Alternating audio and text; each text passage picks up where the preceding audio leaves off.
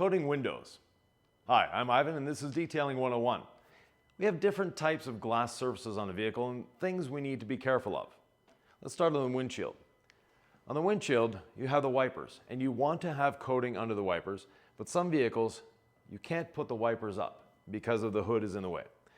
If that's the case, the vehicle will have a setting to have the wipers up a little bit so then you can open them up. You want to coat the windows and not put the wipers down for at least 30 minutes. When we look at side windows, now we have a few different strategies. This is a frameless window. When the door is opened, the glass comes down. That means when the door is closed, it goes back up, leaving a line here that could be potentially abraded. Two different ways of doing this.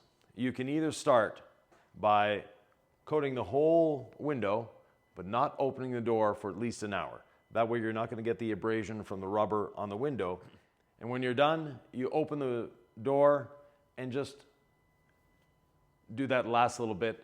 Then you have to leave the door open for a little while as well, so it doesn't go up into the seal. On a framed window, it's a similar strategy.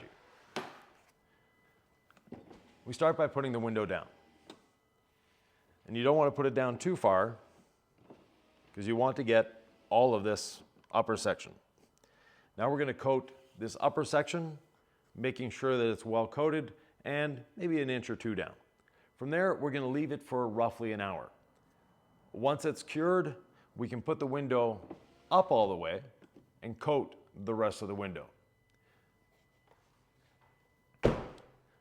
Why you need a glass coating is very simple. It's going to make your windows more hydrophobic, especially on the windshield. It's going to make visibility a lot better. And while you're there, don't forget to coat the mirrors. If you have any questions, comments, thoughts, or ideas, please leave them below, and we'll see you in the next Detailing 101.